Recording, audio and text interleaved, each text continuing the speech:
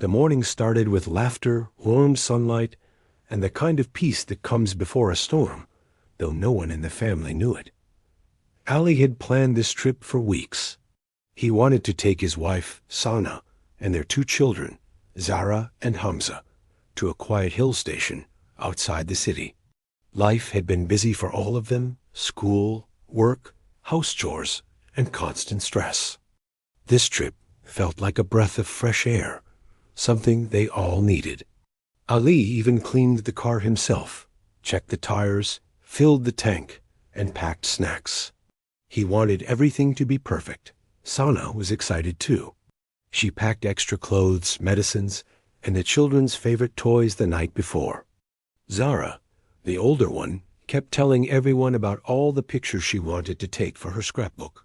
Hamza, being younger and full of energy, could not stop jumping around the house, asking every 30 minutes if it was time to leave.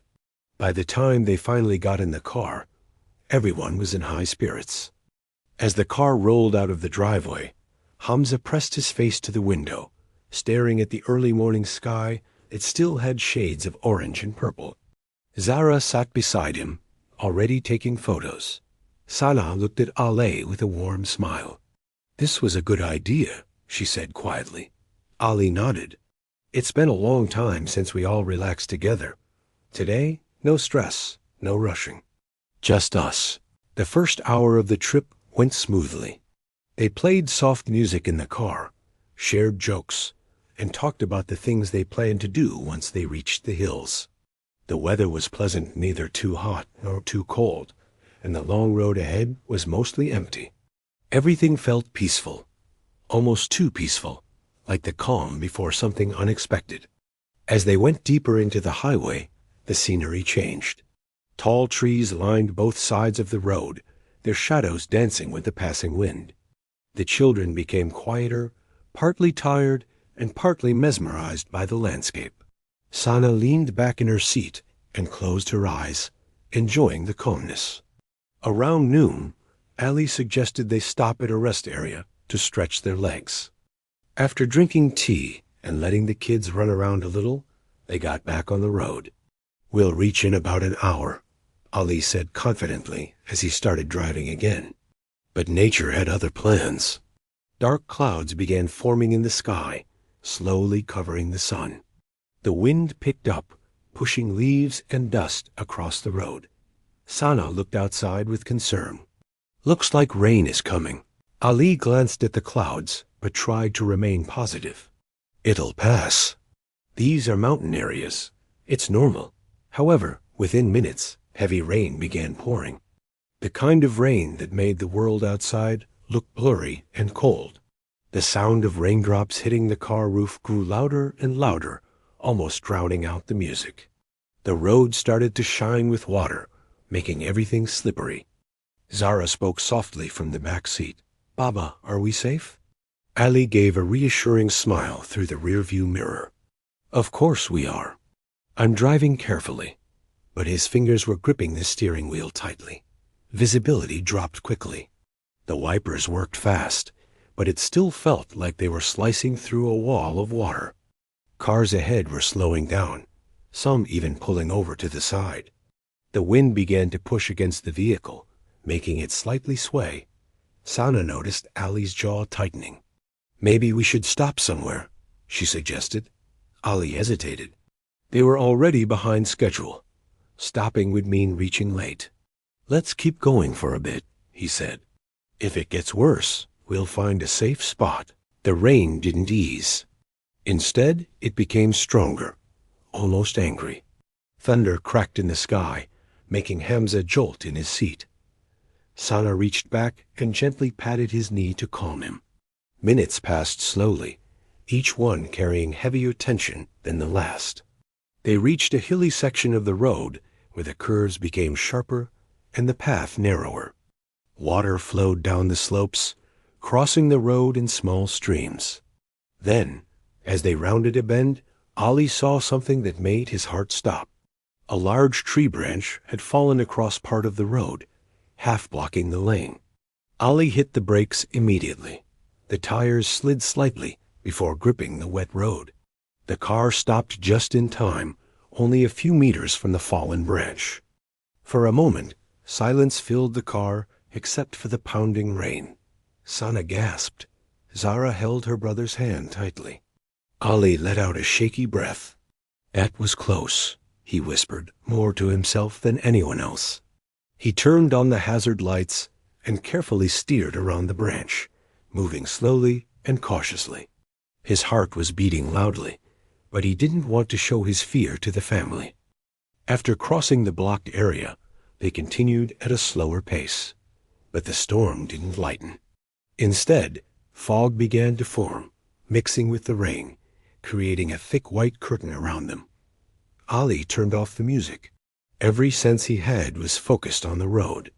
Sana placed a hand on his arm, trying to offer support, but even she felt her breath tightening with worry.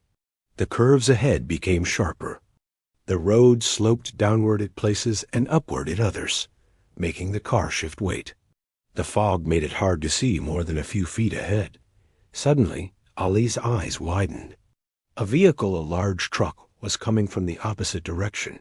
It appeared from the fog like a dark shadow, much faster than it should have been in such weather. Its headlights flashed urgently, but it was too close, too sudden. Ali's instinct screamed at him to turn the wheel. He swerved slightly to the left, trying to avoid a collision. The truck passed by with a loud roar of wind and spraying water. The car shook as it went by. Ali pulled the steering wheel back to straighten the car, but the tires slipped. The wet road, sharp turn, and sudden movement had pushed the car off balance. The wheels skidded sideways, sliding toward the edge of the road where there was a steep drop. Sana cried out in panic, reaching for Ali's arm. Ali tried to regain control. He pressed the brakes lightly and steered gently, hoping the tires would grip the road again. For a moment, it felt like the car would tip. The children screamed. Sana held onto her seat, praying for the car to slow down. Finally, the tires found traction. The car jerked and wobbled, then stopped inches away from the guardrail. No one breathed. The sound of the rain seemed distant now. Everything inside the car felt frozen. Ali could feel his own heart pounding painfully in his chest. Sana's hands were trembling.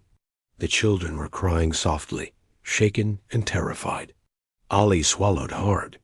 He leaned his head back against the seat, closed his eyes, and took a deep breath. For a few seconds, he let the relief pass through him like a wave. Then he looked at his family. "Is everyone okay?" he asked, his voice unsteady. Sana nodded, though tears were falling from her eyes. She reached back and checked the kids, holding their hands and whispering calming words. Ali tried to smile, but his face was pale. "We're done driving," he said. "We're stopping at the next safe place. No more risk." And this time, no one argued. He drove extremely slowly, keeping as close to the mountainside as possible. After several tense minutes, they noticed a small rest area with a tin-roofed shelter and a couple of parked vehicles. The rain was still heavy, but it looked like a safe place to stop. Ali parked the car and turned off the engine. The sound of the rain hitting the roof was loud, but inside the shelter, the family finally exhaled.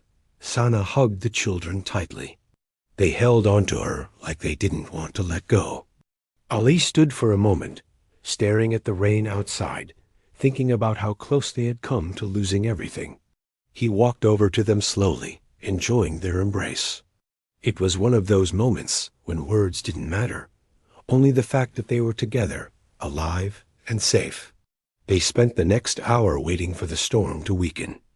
Other travelers were also waiting, some shaken, some frustrated, but everyone united by the unpredictable force of nature outside. When the rain finally softened to a gentle drizzle, Ali stepped outside and looked at the sky. The dark clouds were slowly drifting away, revealing patches of blue. The air felt cooler, calmer, almost forgiving. Sana joined him. "We should head back home," she said softly. Ali nodded. "We will. No trip is worth risking the family. The drive back was slow but steady. The storm had left the roads wet and scattered with leaves and small rocks, but the worst had passed. The children fell asleep, exhausted from crying and fear. Sana rested her head on the window, watching the scenery change again, this time with a deeper appreciation for life. When they finally reached home, the family felt a strange combination of relief and exhaustion. Ali stood outside for a moment, looking at the sky. The same sun that had watched them leave in happiness was now shining gently above them, as if reminding him how quickly life could change. Inside, Sana made tea, and they all sat together in the living room, the children still clinging to their parents. No one talked much. They simply sat, feeling the warmth of being safe and together. Ali broke the silence first. "We learned something today," he said softly. Sana nodded. "Yes, that life can change in a second." Ali looked at the children and then at his wife. "And that nothing, not plans, not trips, not excitement, is more important than being careful and protecting the people we love." The family agreed silently, each one thinking about the terrifying moments on the road. That night, as they went to sleep, the house felt unusually peaceful. Sometimes the darkest moments become the strongest reminders of what truly matters. Moral lesson: no journey is worth rushing or taking risks. When life gives you warnings, whether through weather, instincts, or unexpected situations, listen to them. Safety always comes before excitement, and protecting your loved ones is more important than reaching any destination.